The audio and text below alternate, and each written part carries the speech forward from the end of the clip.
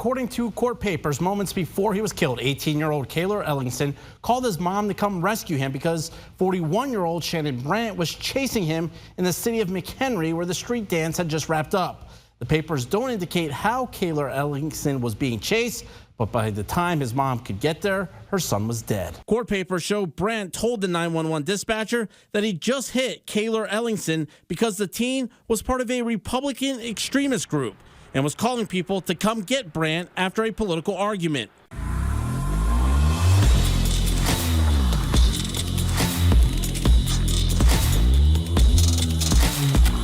This video is brought to you by The Officer Tatum Store. The Officer Tatum Store. Get your merch link in the description section. Put in discount code Adam2024. Get 20% off. Ladies and gentlemen, y'all better get these hats now. Listen, I had this one. I was going to wear it, but we sold out of it. They gone. They gone. And it's like 40, 50 people. Click notify me when made available. We do have other hats. We got GGY6. We got all the hats in the leather patch form. So you better get them now. These are the best quality hats that I've been able to find on the marketplace. I did it just for you. Like and subscribe to the channel. Hit the bell so you get notifications anytime I go live and make a video. Make sure you still subscribe to the channel. Like this video. Comment on this video. Share this video. Y'all already know what to do. Let's get into this. The young man who was mowed down by a deranged liberal in North Dakota.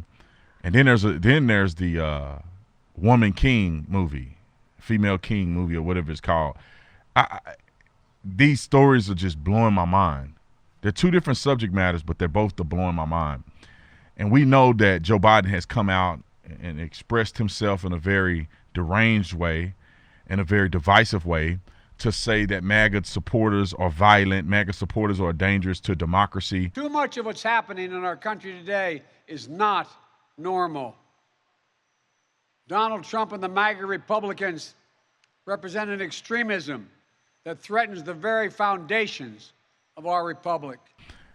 And just espousing these things that make people believe, especially if they're willing to fall for it, to believe that anybody that supports Donald Trump is somehow a MAGA extremist. And we don't know all the details in the situation that happened in North Dakota, but it appears that there was a confrontation between a young 18-year-old man. His name was Kyler. I don't know if it's Kyler, if he said Kyler or Kaler, Ellingson. So K1LLS, 18 years old, and a 41-year-old man. I'm not going to say his name because he's a piece of work. But there's a conflict between the two of them. It seems like it was a political issue that they disagreed upon. Now, one guy's in a vehicle and another guy is obviously not in a vehicle. So you can already tell how this became a very traumatic situation. And according to reports, the 18-year-old boy actually called his mother and asked her for help because the 41-year-old man was trying to mow him down over that political disagreement. Now, it appears that there was a march or something that had gone on, the reason why these two individuals end up being in a very similar place. However, a political disagreement should not lead to you running over and killing somebody. Now, just running him over and killing him is not the only problem in this situation.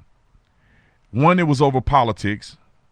How do we know that? It's because he confessed to his behavior after calling the police officers at about 2 in the morning, after he ran him over, after he fled the scene, and he was drunk. And I want you guys to imagine in your mind, what amount of bail do you think this man should get? Or if he should get bail at all. I want you to contemplate this in your mind. He drives his vehicle over a 18-year-old boy, killing him, fleeing the scene, and he's impaired due to consumption of alcohol. He left him for dead. He did not stay at the scene. He did not render aid. He didn't immediately call 911. He left the boy for dead. And they decided to give him a $50,000 bail because he claimed that he wasn't a flight risk. And apparently they believed him when he said he wasn't a danger to someone else. How do you uphold justice when you let people out of jail promising to appear in court? You guys understand this is a promise to appear. That means I'm going to bond out, and then I'm going to give you the promise verbally or in writing that I'm going to come to court like I'm supposed to. Now, what's stopping him from fleeing the state and being on a manhunt? What is stopping him from killing himself? which means he is not going to be brought to justice. What is preventing him from committing more crimes? Getting drunk, getting intoxicated, deciding to go out and hurt more people, given the fact that he's already going to go to prison for a long time if justice does its work. I find it incredibly disappointing that these crazy liberals can act with such evilness. And I guarantee you this not going to hit the news cycle longer than 30 minutes. Nobody's going to talk about this longer than 30 minutes. The Republicans will talk about it, but liberals are not going to talk about it. People are not going to even know this even happened. But yet they're talking about Trump violence and Trump MAGA Republicans being terrorists and a detriment to our country. And you could go back to January 6th, the one that they love to bring up. One person died, and that was a Trump supporter.